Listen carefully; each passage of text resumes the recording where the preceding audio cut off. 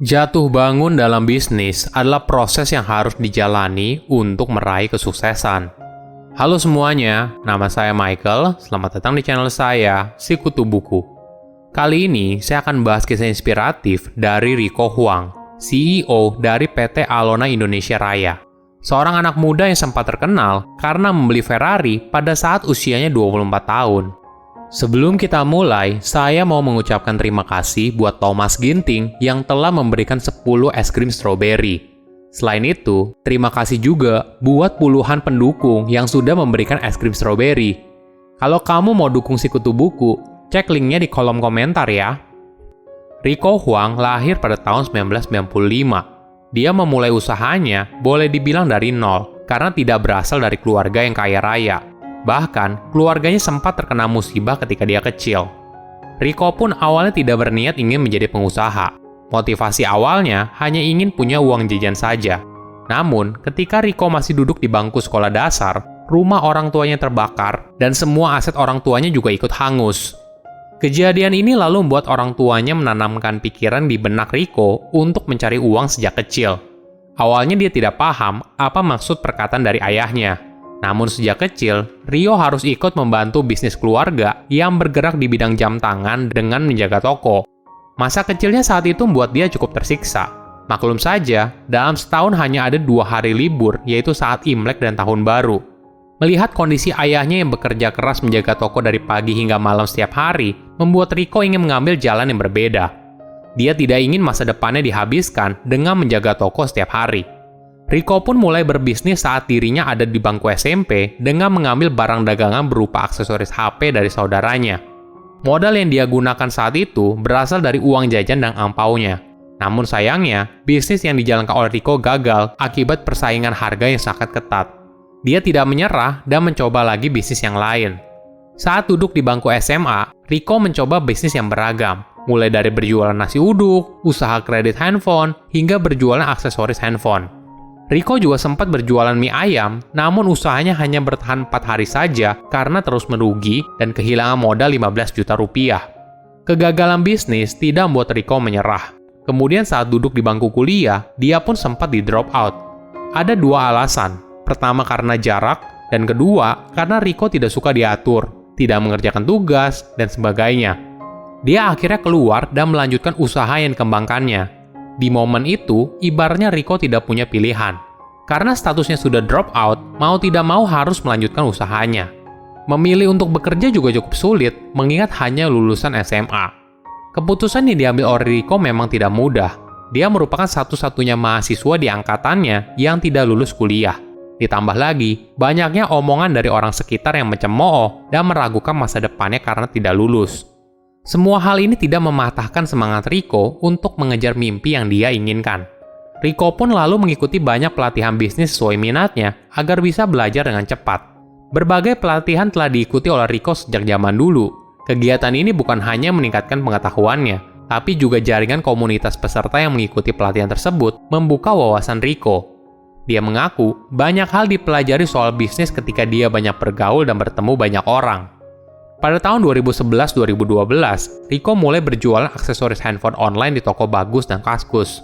Jadi, dia mengambil barang dari supplier yang hanya punya toko offline, kemudian memasarkan barangnya melalui platform online. Dari situ, dia pun mulai merambah ke Tokopedia, Bukalapak, dan sebagainya. Itulah awalnya Rico mendapatkan modal untuk usaha.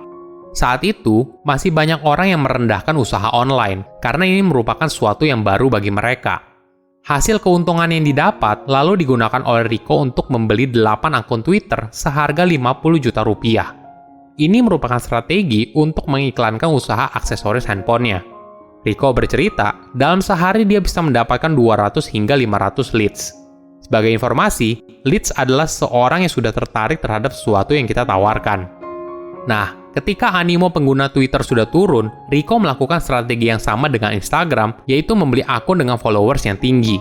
Sebagai contoh, dia membeli akun Instagram dengan 140.000 followers dengan harga 105 juta rupiah. Walaupun harganya cukup mahal, namun imbal baliknya cukup pantas. Barangnya laku keras dan Rico pun membuat banyak akun Instagram lain untuk dijual kembali. Walaupun bisnisnya sudah berkembang cukup besar, Rico tidak berpuas diri. Dia lalu mulai mengeksplorasi tentang iklan Facebook dan mulai membangun citra diri. Hal ini ternyata sangat membantu bisnisnya. Hingga pada umurnya 21 tahun, Rico membeli mobil Mercy sebagai bagian dari personal branding. Dia mengaku, selama bekerja sebelumnya, Rico tidak pernah menikmati hasil usahanya. Dia hanya menerima gaji sebagai direktur dari perusahaannya.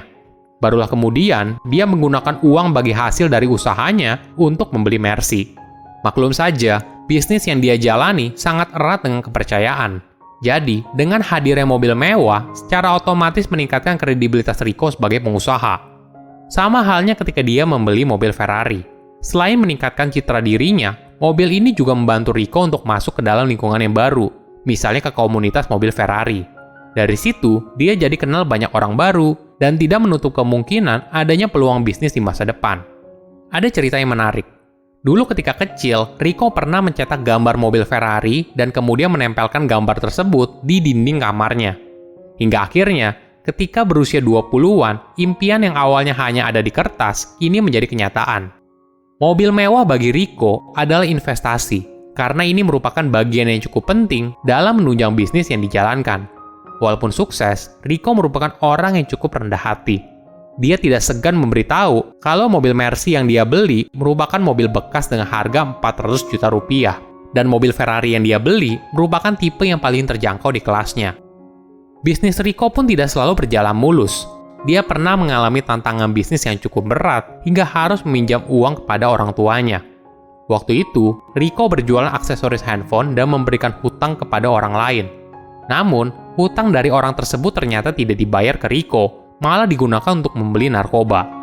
Inilah yang membuat keuangan bisnisnya menjadi macet. Hingga akhirnya, Rico terpaksa harus meminjam uang ayahnya untuk membayar ke supplier. Kejadian ini memberikan pelajaran yang berharga. Sejak saat itu, dia tidak mau lagi memberikan hutang kepada orang lain dan hanya menerima uang tunai di depan. Bagi Rico, berbisnis itu sama saja seperti orang yang sedang melatih ototnya. Awalnya pasti terasa sakit dan badannya pegal semua. Namun lama-kelamaan, hal ini malah sudah menjadi kebiasaan dan dinikmati. Saat ini, Rico membangun kerajaan bisnis online-nya di bawah PT Alona Indonesia Raya. Jadi, usahanya bukan hanya untuk memberikan peluang bagi orang lain melalui bisnis dropship, tapi juga memberikan pelatihan dan fasilitas penunjang yang dapat membantu mereka dalam berbisnis. Bisnis yang dijalani oleh Rico memiliki lebih dari 200 karyawan, 100.000 reseller, dan 1 juta anggota komunitas bisnis anak muda. Jangan pedulikan apa yang orang lain katakan tentang dirimu. Fokuslah pada dirimu sendiri, apa yang kamu inginkan dalam hidup, dan bekerja keras untuk mencapainya. Silahkan komen di kolom komentar pelajaran apa yang kalian dapat ketika tahu informasi ini. Selain itu, komen juga mau tahu informasi apa lagi yang saya review di video berikutnya. Saya undur diri, jangan lupa subscribe channel YouTube Sikutu Buku. Bye-bye.